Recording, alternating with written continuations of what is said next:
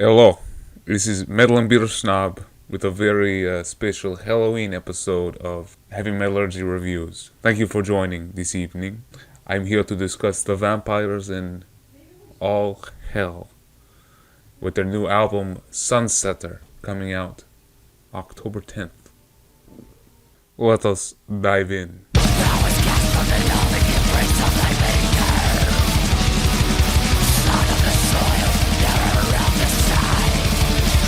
Quick note from the editor. As you can tell, this review did not end up on the Heavy Metallurgy channel. I think due to just timing, and I was a little bit slow with recording and stuff. Plus, it was very much a busy month for all things metallurgy and kind of myself. So it just made more sense to put this review out on my own channel. Plus, I do want to start uploading a bit more often on this channel. I don't want it to be like a dead zone. So I'm kind of taking the chance to put this up there, and I still want to be able to talk about this band All Hell because they deserve it. So let's carry on to the review. Cheers. Alright, so my apologies for the intro. You see, this is my favorite time of year, and Alan can't have all the fun when it comes to doing shit on a holiday. But there we go. Black and white filter, a Transylvanian accent that sounds more Russian than anything, and a pumpkin beer is my Halloween contribution to the Heavy Metallurgy channel. But in addition, I have the perfect album for you guys for October. It is the latest full length from North Carolina's All Hell, entitled Sunsetter. So yeah, in my opinion, October is a special time of year where the music that us metalheads enjoy kind of coincides with the whole cultural zeitgeist of Americans, if you will, and there's a little bit of bleed over into what we all enjoy as metalheads.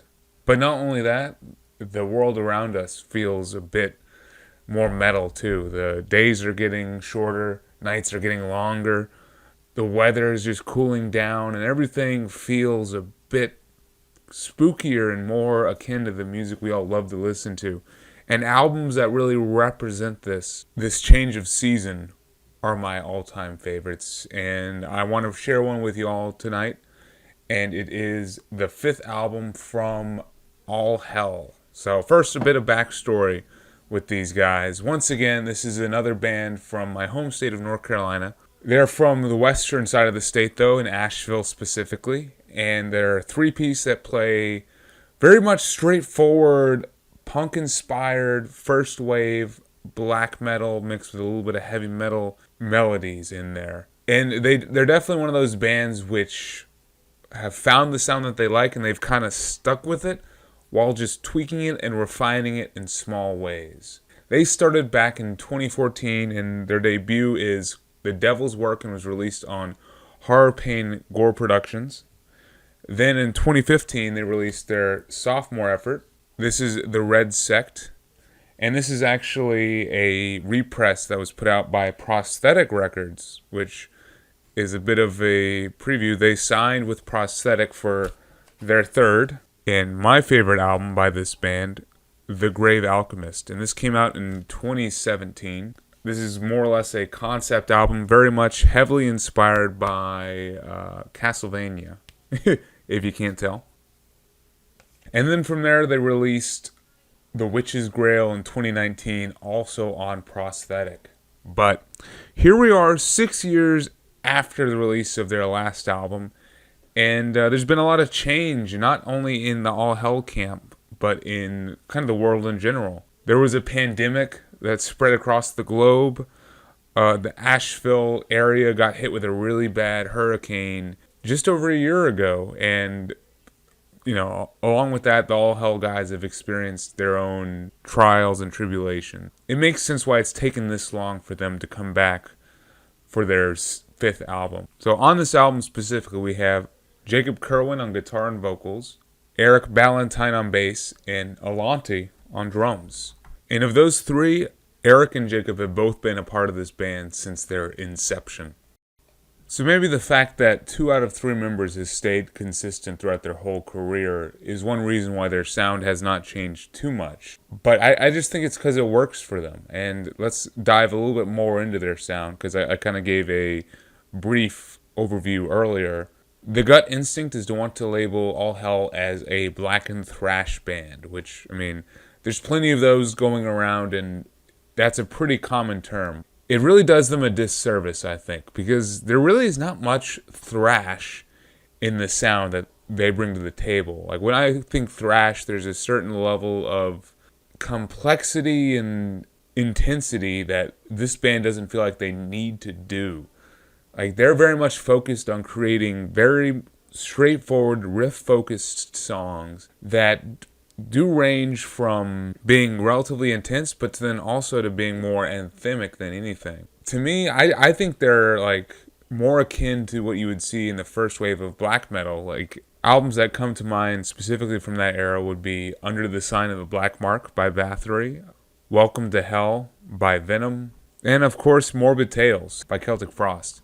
But then there's a certain modern slant to it. I mean, this band does sound relatively polished and sophisticated, and it makes me think of newer acts like Midnight has to be mentioned, I think, because they really pioneered this whole sound of just blackened rock and roll that I think All Hell is kind of taking and running with. But there is more black elements here than just what Midnight kind of bring to the table. All Hell are not afraid to go into full double bass in attack mode with some very intense songs that are all around like the 2 to 3 minute mark and kind of leave a quick impact. In this, they remind me of bands like Toxic Holocaust and Skeleton Witch, actually. Specifically, my favorite Skeleton Witch album, Serpents Unleashed. And quick side note why I also thought of this, the guitarist from Skeleton Witch, Nate Garnett, is actually featured on the track The Bleeding. God, I didn't realize how much I missed this band until I heard the melodies and the way the guitar was being played for the solo of that song. But it immediately made me think of tracks off of this album and want a proper Skeleton Witch reunion.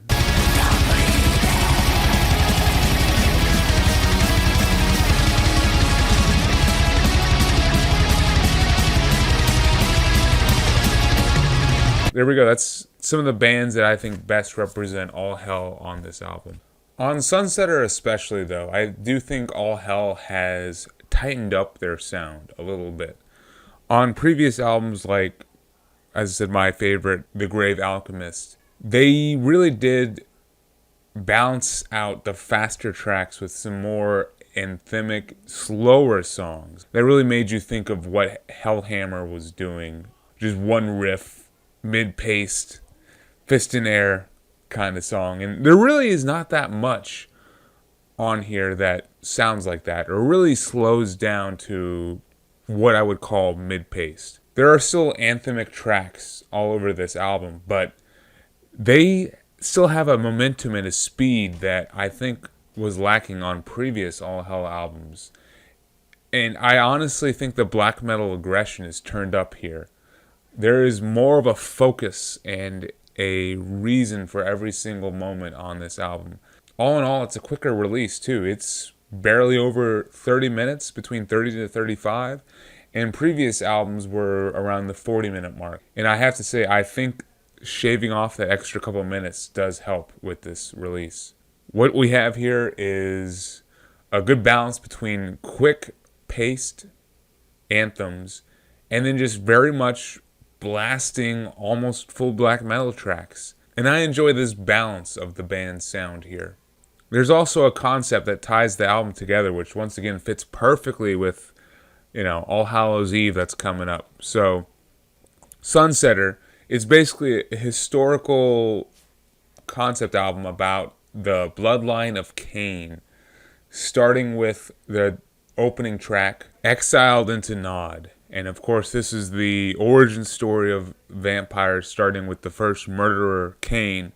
And from there, we have the damned history of the vampires. And the concept is well executed. I didn't do my best job of fully piecing together the concept for you guys, but I do know it's there, and you can feel it as you're moving through the album. Musically, they get the job done as well. I mean, this is not the most technical album, but It doesn't need to be. The guitar work is impressive. It's not flashy, but interesting and engaging to listen to. I think the riff writing especially is a highlight. I enjoy the vocal performance by Jacob here. It's a simple snarl, but you can understand everything he's saying, and it leads to a lot of the lyrics and choruses being very hooky and something that can get stuck in your head.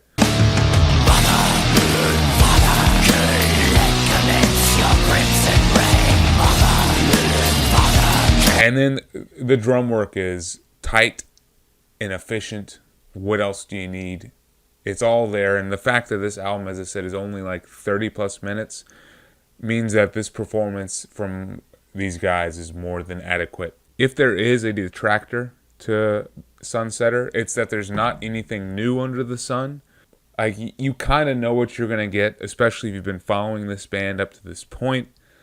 And there's really not too many surprises. There's one or two I will mention when I get into the track listing, but for the most part, they play it relatively safe. But at the same time, I think you kind of want to know what you're going to get when you hit play on an album like this. I really don't hold it against them that much. Maybe some of the songwriting could be a bit stronger on tracks, but once again, I think that's kind of me nitpicking. And I do think at the end of the day, All Hell has a unique sound and has a sound that is enjoyable, especially during this season. So on to the track list. My favorite songs always end up being the ones that do focus on being anthemic and having a catchy, memorable hook to kind of get you into the chorus, or a strong riff that just really carries the song along.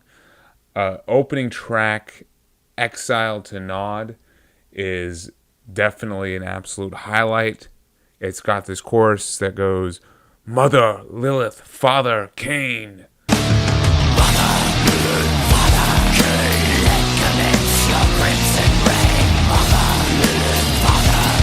I want to see that live if possible. Other tracks that kind of hit that anthemic quality would be the title track, Sunsetter. What a great, like, momentum driving song that really pushes, the album forward, and the drums sound especially tom driven and just do a good job of being something different and interesting for that track. The night is young and daylight undone. The night divine.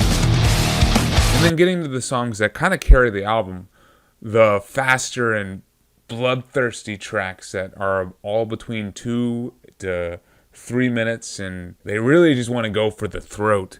The Bleeding is my anthem of this style of song, and I think my favorite song on the album, and it's the one that does feature Nate Garnett from Skeleton Witch, and maybe just the fact that I can hear his playing on here makes this song my favorite, but it's just how it ends too. It's so epic and melodic at the climax while being very much a blast of just kind of vicious black metal. Like, it's full-blown extreme metal at this point. And a lot of these tracks kind of do that. I mean, to highlight another one real quick, The Ancients Rise is a good one. Just quick blast of intensity that pushes the album forward and carries you from one more anthemic track to the next. Then the final track, The Outer Night, does a good job of really adding it all together.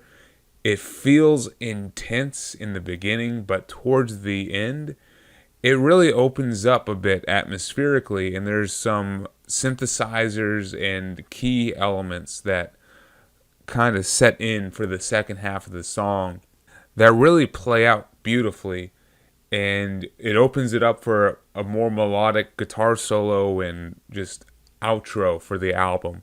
And I think it feels climactic and thematic, which is what you want for a concept album like this. And once again, it feels of the season. So honestly, great way to end the album, and another highlight with The Outer Night.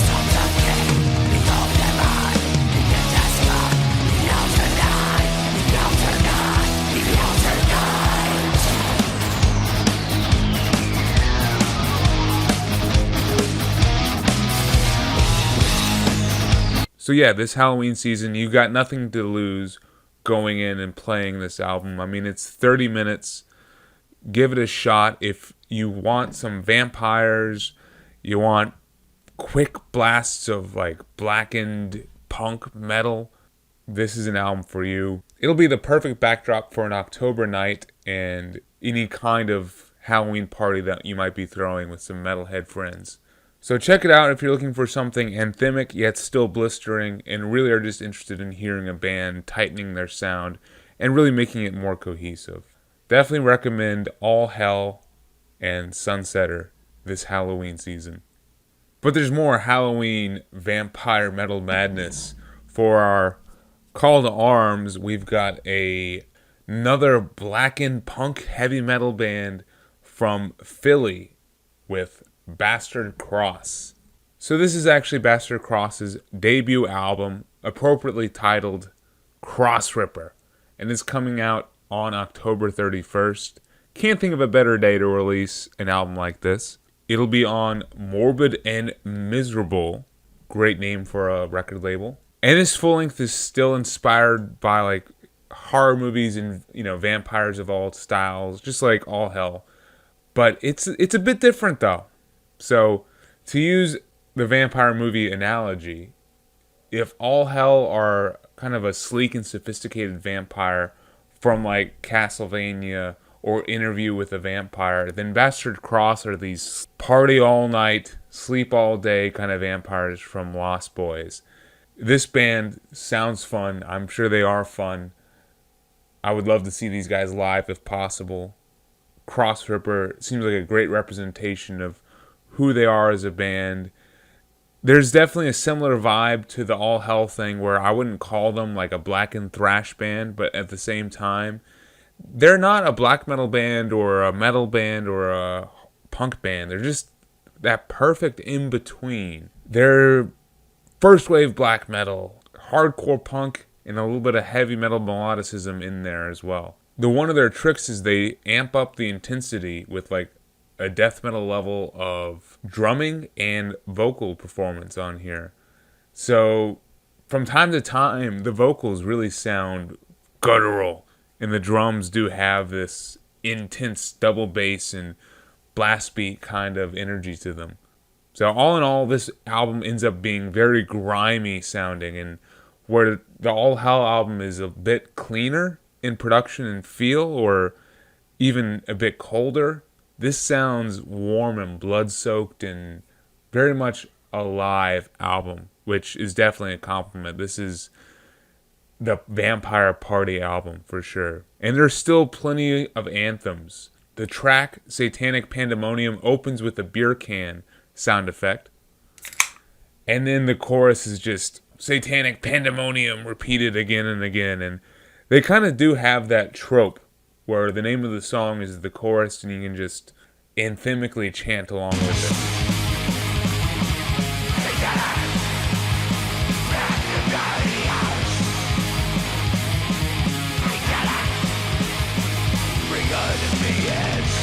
I think some of my favorite moments for this band are when they do lean a little bit more into being like Midnight and writing a simplistic, catchy riff and not focusing on being as intense. Tracks like Demons at Midnight are a great example of this. And here's a sample. Prowling the street, leather bound, cruising on speed like hellhound. But there we go. If All Hell is a bit too polished for you in your Halloween party, give Bastard Cross a chance. They might be the sleazy vampire metal that you're looking for. Either way, you can't go wrong with both of these albums, and I definitely recommend you listen to them this Halloween season. Thanks for checking in, and enjoy this time of year. But once again, stick around at the Heavy Metallurgy channel. There's always good stuff going on. There are streams every Friday night with Marty and Alan and whichever guest is on. And then I'm a part of a Wednesday night album club with Marty, Kellen from Killing with Company, and Jim from Iowa's Recording. And then, of course, there's tons of other reviews going on by various Heavy Metallurgy contributors. So Thanks for watching. Cheers and happy Halloween.